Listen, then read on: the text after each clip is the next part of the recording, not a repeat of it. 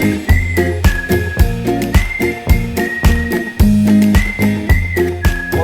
to another edition of On the Beach. Always amazes me the guests that we get coming in to see us. It's absolutely incredible the stuff that they get up to, and today is no exception at all. Please meet Sarah. Hello Bill, nice to meet you. Hi, thank you for coming. Absolute pleasure, it's very lovely to be here today. Good flight.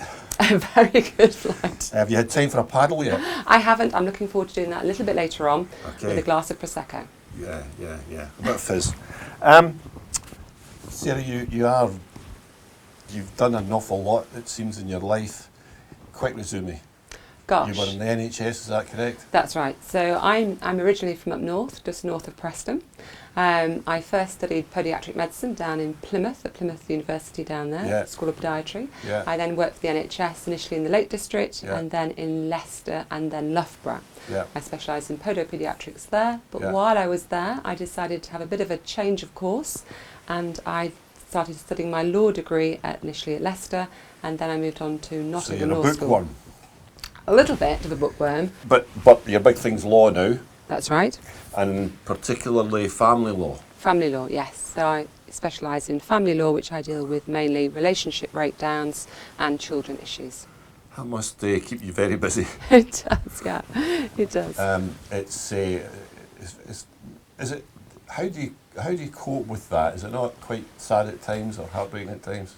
Sometimes it can be tremendously sad. I think a lot of people come in and they have very little places to turn to by the time they come in to see me. Right. It's quite difficult, I think, for a client to walk through the door to come and see me for the first time and tell me all their problems. Right.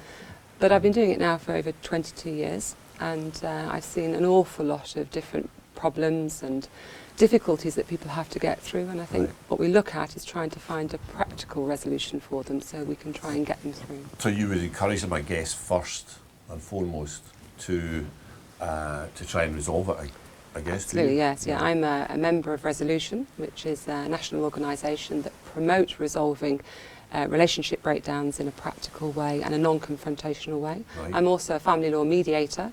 Mediation has become quite popular over the last few years, and now, in fact, you can't issue court proceedings on finances or children without at least attempting mediation to resolve matters. Is that right? Yeah. I guess things have changed a lot in 22 years. Have you been doing that since you were 10 years old? Yes, I have. I was a very early starter. Yeah, so I'm guessing a lot has changed in the 22 years. It has, it has developed. There is so much horror stories out there about breakups and children and all that stuff, and it's always, I guess the law's getting tighter and tighter all the time. Yeah. I think the big change is in relation to, you mentioned children issues earlier on. In relation to children issues, I think there's been a big change. I still have people coming in and saying to me they'd like custody of children. We don't have custody any longer. It changed quite a long while ago to residence and contact, but recently, and for the most recent years, the courts changed their view altogether again. And now the courts really consider that it's in the best interest for children to spend as much time as possible with both parents if they can. Yeah. So we now have something called arrangement orders, so we're not labelling whether a child's with one parent and not with the other. Yeah. And so it's much more centred towards the child's needs and making sure that they spend as much time as possible. Absolutely. You see so many horror stories where you do. Yeah, best not go there. So you're married, children? Yes, Edward. My other half is a barrister, but he specialises in criminal law. Yeah. He does crime. We've got it covered. So we've got it covered, but we try not to talk about it too much at home. And I have 14-year-old twins, Amy and James. Wow. They're just starting their GCSE year, so we're quite a busy household 14. altogether. 14. Yeah, it's a tricky age, isn't it? It's a tricky age, but they're good children. I'm talking of 14. I've had a fellow on here who had a very, very, very heartbreaking upbringing and was born effectively into the system. And he describes, he's been in prison and all sorts, but he now describes himself as a motivational speaker and all that sort of stuff. Does extremely well with it. And he actually is working on to reform prisons and things. So he's done amazingly well and pulled himself out of this stuff.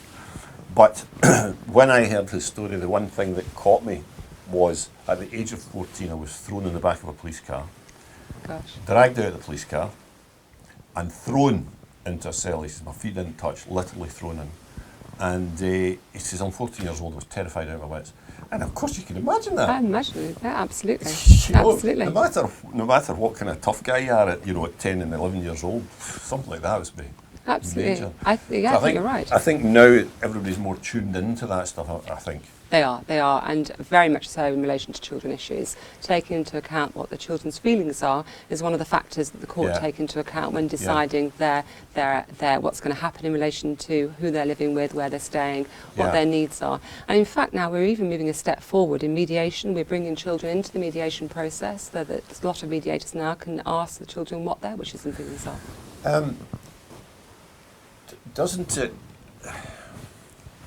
Doesn't it become a little bit complicated when, shall we say, one parent has more influence over the child than the other parent? How do you deal with that then? Because the child can be quite brainwashed. Absolutely, it's a very, very hot topic at the minute. We're looking at what we call parental alienation, particularly when one child is with the parent all the time. It's a good term, isn't it? And it's a bit of a buzzword within the legal world at the minute. Parental alienation. And it's something that I think is that all solicitors have to look at from a very, very early stage. Parental alienation doesn't automatically happen overnight. Sometimes there are good reasons that children can't spend time with one of their parents, but generally parental alienation starts at the beginning, where they are taken away from one parent, left with the other parent, and that parent then starts that process of involving them in the relationship breakdown, talking to them too much about everything that's going on. I think children should be kept informed but not involved in that relationship breakdown, but Very trying to difficult look balance, at dealing isn't with it? that. It's a very hard balance. I guess that's where the mediation comes in. So mediation does help, but now in the court process we have CAFCAS officers whom are appointed by the court to look at the welfare of a child. They are now very, very much more alive to parental alienation and have trigger events to try and resolve that. Okay. You've been in a couple of solicitors firms, but you're with Verisona now. Verisona now, yes. And what status are you there? So I joined Verisona in December, this last December. Right. I'm based over at the Waterlooville office, and we have another office here at Lakeside. Yeah.